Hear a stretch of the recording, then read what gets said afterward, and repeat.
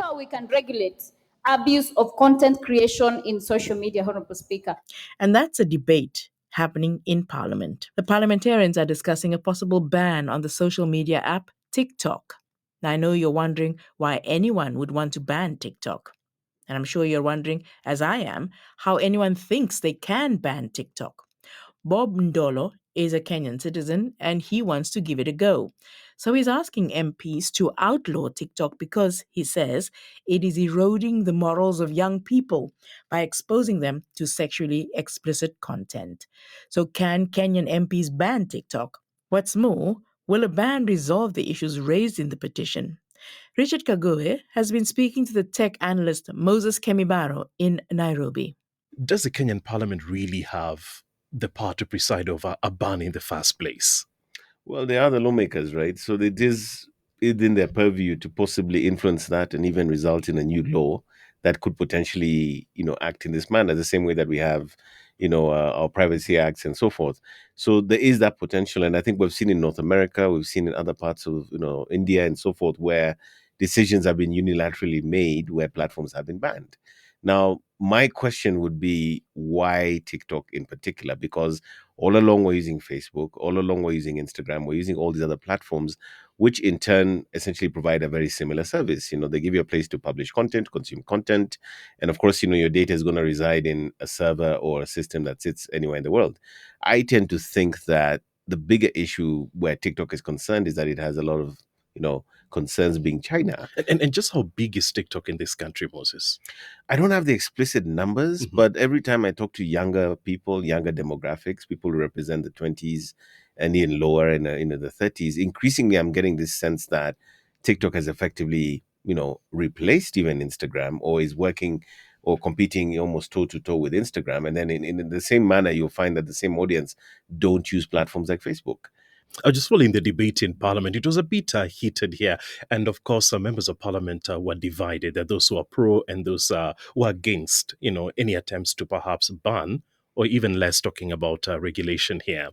And featuring prominently was a question about morality, because they're saying, the platform is churning out content that is eroding our religious and our traditional values.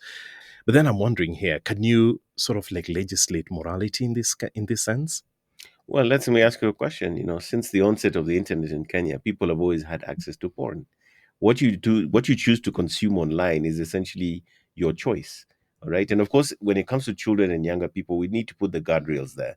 We need to find ways of also possibly limiting what they can see. And I think there's a role that parents can play where when they're using those devices, do we have the softwares or the ability to sort of provide those guardrails? But ultimately, for the average person who's an adult or young adult, there literally is no restriction, irrespective of TikTok. And even today, if you go into platforms like Instagram, and you go into platforms like YouTube, you will see questionable content. You will see things that have the same issues that you're pointing out that TikTok has. My question would be, why is TikTok in particular being singled out? Is it because the younger generations are using it to a great degree? Is that the problem?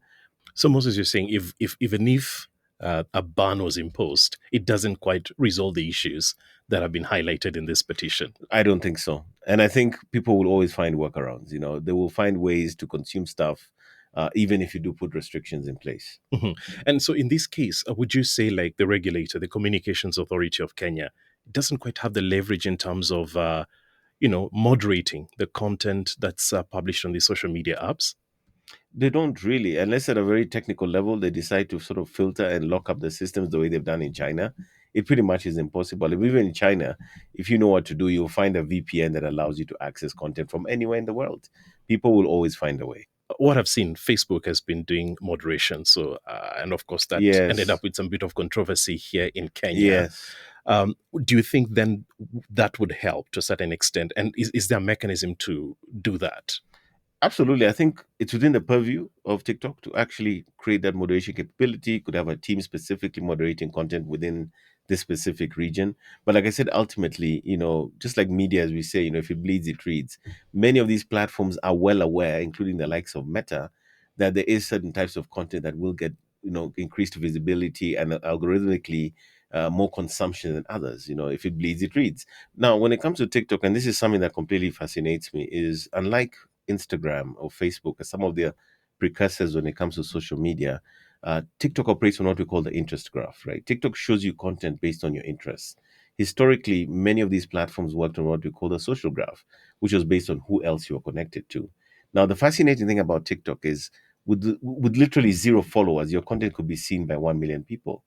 The TikTok algorithm generally gives you exposure irrespective of how many people you're connected to, irrespective of how many people follow you. Now, for many of these people, this is their bread and butter. They're not doing as well on Instagram, Facebook, anywhere else. And if you pull this away from them, these guys will not have a living.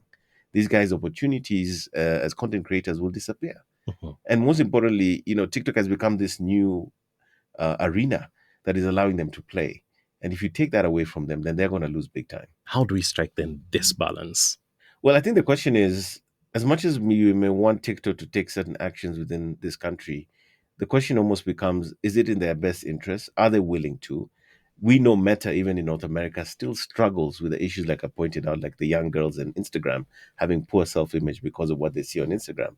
If they've not cracked it over there, how are they going to crack it here? Mhm. Is it going to be easy? Now, technically, they do have the ability to do so, but that might completely change their user experience to accommodate that. And the more restrictions or friction you put into a platform, the less users are going to use it. And that was Richard talking to Moses Kemibaro, a tech analyst in Nairobi.